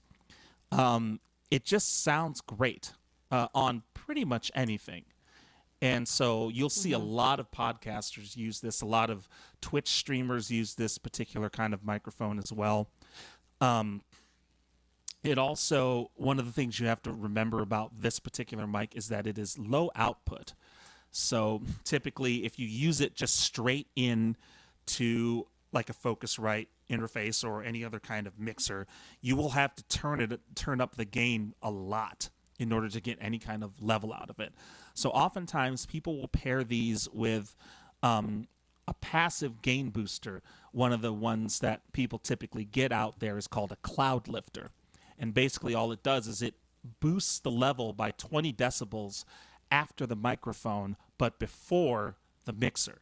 So it's a clean gain boost, meaning it's not going to add any noise from the mixer or the preamps or anything.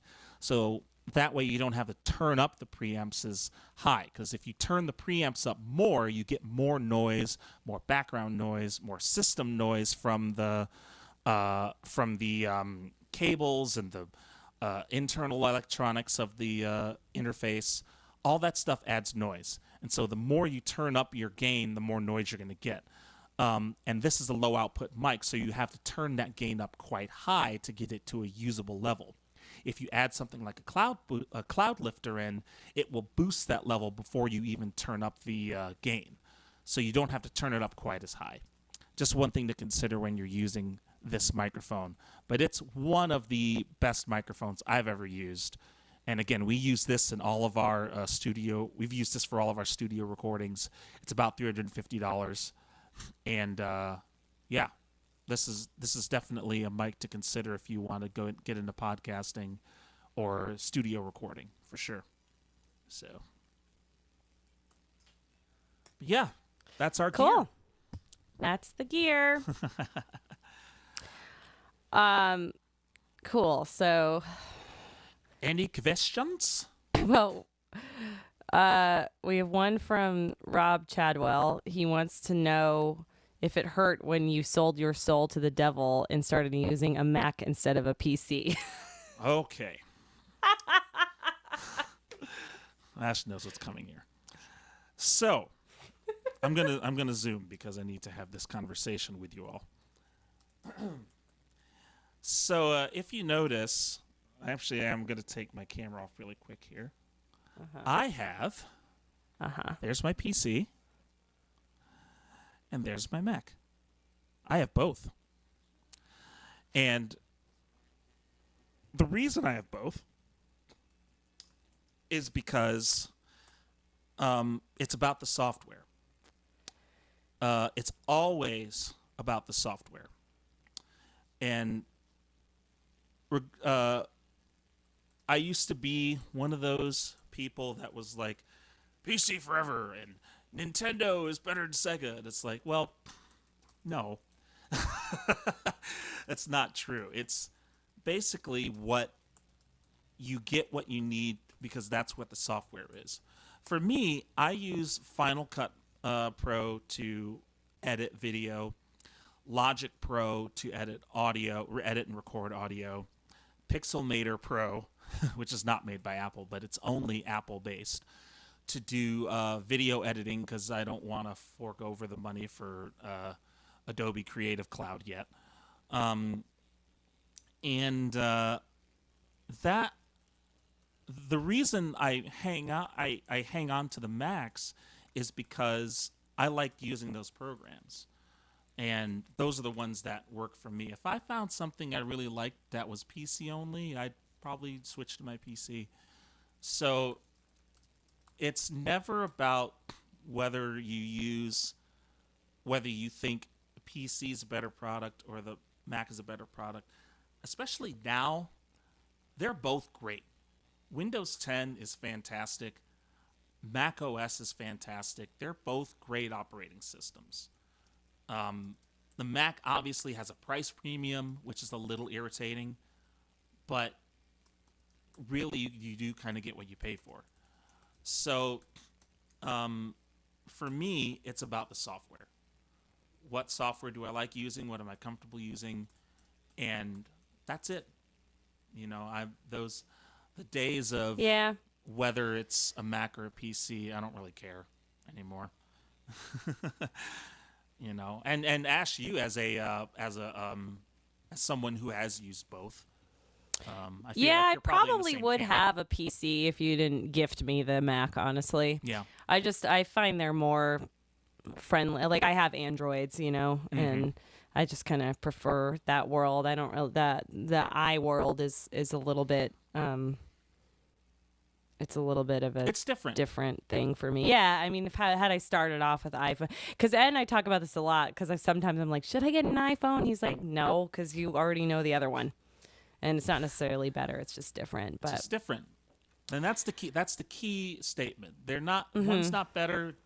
One's not inherently better than the other in some respects. Especially for users, they're just different. well, and it goes back to the engineer that was really dogging on my microphone that one time Yeah. at our show, and I was just like, I mean, man, that's cool that you don't like it, but like I do, so Right. it works just fine for me. So like. Exactly. Yeah, whatever works for you is the thing. We said that before and we'll say it again, but yeah, I am personally more of a fan of the PCs, but I sometimes I really do curse the Mac, but it's also great for other things too. So just back to the I did ask, since Rob Chadwell's on the chat right now, I asked him if he had any studio tips as well for the home studio in particular, and he agreed that the Focusrite is really a game changer. So we really do recommend the Focusrites, you guys. They're just, I know a lot of people who use them, and everyone's really, really happy with them. Yeah. And then he said it leveled up my home recording leveled up again when I bought an Apollo Twin, because hardware effects Okay. are a game changer. Oh, jeez. I'm simultaneously in awe and super jealous of you. Well, okay, so for anybody who doesn't know what that is, the Apollo Twin is a interface made by a company called Universal Audio. And Universal Audio is fantastic. For one, they reissued a lot of old gear that is some of the best gear. Like if you say a number like 1176 to anybody in the studio world, they're like, yeah, I know what that is. And Universal Audio makes that hardware. It's one of the most famous compressors that's ever been made. Or the LA2A, one of the most famous compressors that's ever been made. The great thing about Universal Audio is that they also make digital, like plug-in versions of these pieces of hardware, in addition to a lot of other pieces of hardware. One of the catches, though, is that they will only run on UAD digital hardware. So things like a UAD card or an Apollo Twin or Apollo Quad or whatever. So that is what the Apollo is. It's an interface, but it also runs the UAD plugin suite. And boy, those are some good plugins. I love them. I don't have any of them anymore, but I love them. Cool. Yeah, he says I use a UAD LA-2A on Ashley's vocals. Mm-hmm. That's a good one, because LA2A is it's what's known as an optical compressor, and basically the basic principle is there's a photovoltaic cell and then a light that responds to the signal that goes in, and it shines on the cell, and however bright that cell is, however bright the light is that shines in the cell, the more it will compress the signal. So it's nice because it is sort of a more natural compression on a voice.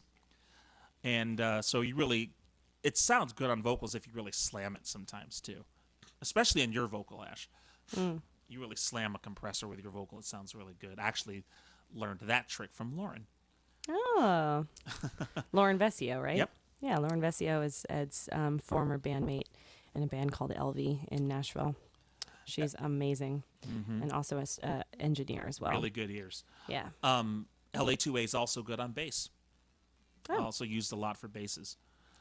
This is like German. This is like learning German. I'm like, oh, yeah, it makes sense. Put it in a sentence. All right. Well, there's one more question here, and then I think we should move on to our final song. I think we have a couple special guests that want to appear in the song. So I'm going to let Ed answer this last question because I think it's an interesting one, and I'll go get them. And it's from Dave Bertle, and he says, which DAW would be your choice? DAW. I'll be right back. Okay. Well, what I use right now, I use Logic Pro. And I've used Logic Pro for almost 15 years now. Yeah, about 15 years now. Ever since I got my first Mac, I learned about GarageBand, and then I learned about, they always include a little insert that's like, hey, why don't you think about getting Logic Pro? And Logic Pro looked terrible back then. It looked terrible. When I started using it, that was right around when Apple bought the company that made it. The company was called eMagic, and Apple bought them and just kind of released a version of it that was, it was okay. And then they really worked on the user interface of it and dramatically improved it. And now it's my favorite DAW, particularly because of the features you get with it. Like you get things like a convolution reverb, auto-tuning or auto-tune, a bunch of plugins, a bunch of loops, a bunch of samplers, all that stuff for, I think, $200. I mean, the reverb alone would be worth $500. The vocal tuning component alone would be worth $400 or $500. And they're giving all this to you for $200. So if you have a Mac, to me, Logic Pro is the choice. That's for me. Some people work differently, though. Like, I think when you're thinking about looking at a DAW, what do you want to use? It's whatever makes sense to your brain. No, not the actual auto-tune, but they have their own version of it. It actually looks a lot more like Melodyne. But they have their own version of it. So, but if you're looking for a DAW that you like to use, just try a bunch of them and see what works best. I've known people who really take to Cubase. I know people who really taken to Digital Performer. A lot of people are starting to use Ableton more. A lot of people have used Pro Tools for years. I think it's whatever works best for your situation, and for me, Logic just seemed to make sense to me. Like Logic Pro was the one that made sense to me, and that's the one I stuck with. It has weird quirks and does weird things, just like every DAW on the planet. Every DAW is weird. Every DAW has weird stuff. It's just a matter of, how much of that weird stuff you're willing to put up with in order to use that software. So for my money, it's Logic Pro. But, if you're looking for a certain DAW that you like, just try a bunch and see what works out there. I've often thought of using Reaper. Reaper's a very low cost, very flexible cross-platform DAW that I think it has a pretty steep learning curve, but it's actually a really good piece of software. So Ableton is like learning Russian for me. I can't make heads or tails of it. Same with Cubase. I can't make heads or tails of it. But I know people who use Ableton to great effect, so I would probably not use Ableton, but I know lots of people who do, and they're very happy with it. So it's all down to what makes sense to you and what makes sense to your brain. So, yeah. Okay, I'm going to turn it back up, okay? Good job, Ed. Thank you. Hi, everyone. Say your names. Coco. And what's your name? Isadora. And these are my nieces, and they are going to help us close out the song today by singing along. So thank you, Isadora and Coco, for joining us. What song are we doing? The Dragon. Oh, okay. Sorry, I didn't look at the sheet Right? there. Yeah.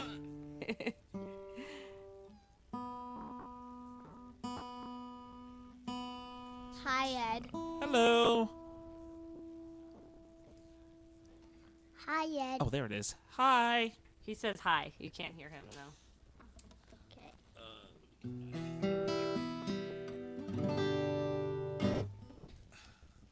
We're very cramped in this little corner here, but we're making it work. So thanks, everyone, for joining us today, by the way. Thanks to Nicole and Scotty. Yeah, that was fun. We love them. Good job, Ed, on the tips and tricks section. Thanks to Rob Chadwell for chiming in on some of that. Yeah. And That's thanks- good questions. Yeah, really, really good questions today, you guys. So thanks for engaging. If you like our podcast, we just ask if you will give us a little review on whatever you are watching us on, whatever podcast thing you prefer, or if you're watching live on a live thing would be cool too. And if you don't like our podcast, then just keep your mouth shut. And then why are you watching it right now or listening anyway? So neener. One of those hate watchers. You ever do that? You ever hate watch a television show? Probably. I have to think about what that is, though. But we'll be back next week with Felicity Collins. Woohoo. She's a great storyteller, so tune in. And we'll leave you with this song. Thank you guys so much. You ready, Ed? Yep. You ready, girls? Hold on. I'm not ready. I don't have my volume on my guitar turned up. There it is.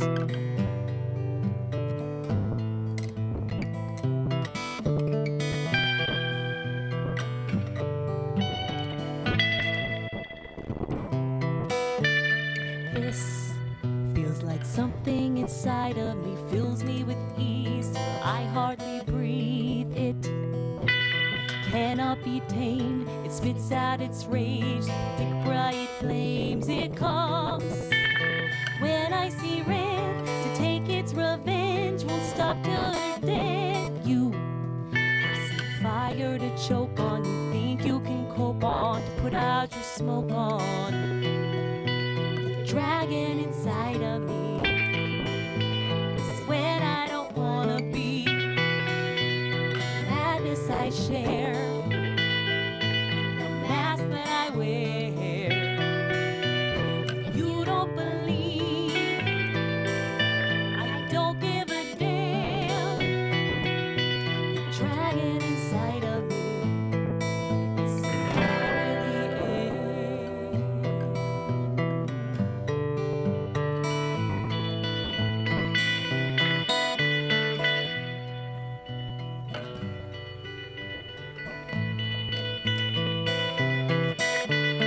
Don't turn out the lights. Don't shut your eyes. Don't give into the night. Don't call me a liar. Put a monster to shame.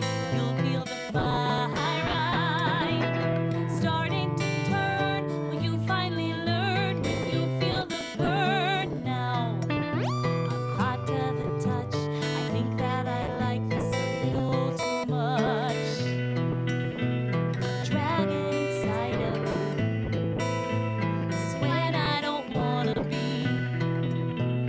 Madness I share, mask that I wear.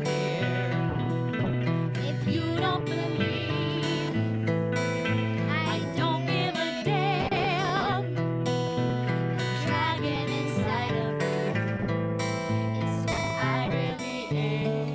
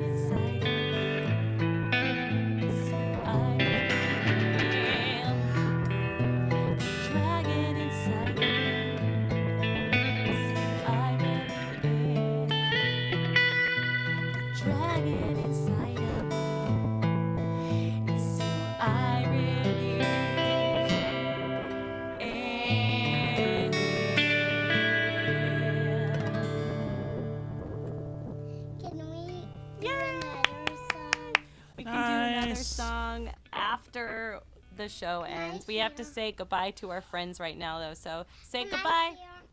Can I hear? Say goodbye, Coco. Goodbye. Goodbye. Say bye, Isadora. Bye to the people I don't know and the people that I know here. Likewise, goodbye to the people that we know. The people we don't know, hopefully we will know you all pretty soon. Thank you again for joining us. Again, special thanks to Nicole and Scotty for joining us today. Next week will be Felicity Collins, so please tune in for that. If you like what you hear, please rate us on iTunes or Spotify or anything you like, anything you listen to this podcast on. Please do rate us and give a review if you really like what's going on. Be sure to subscribe so you'll get notified whenever we release new episodes. Until next time, bye everybody.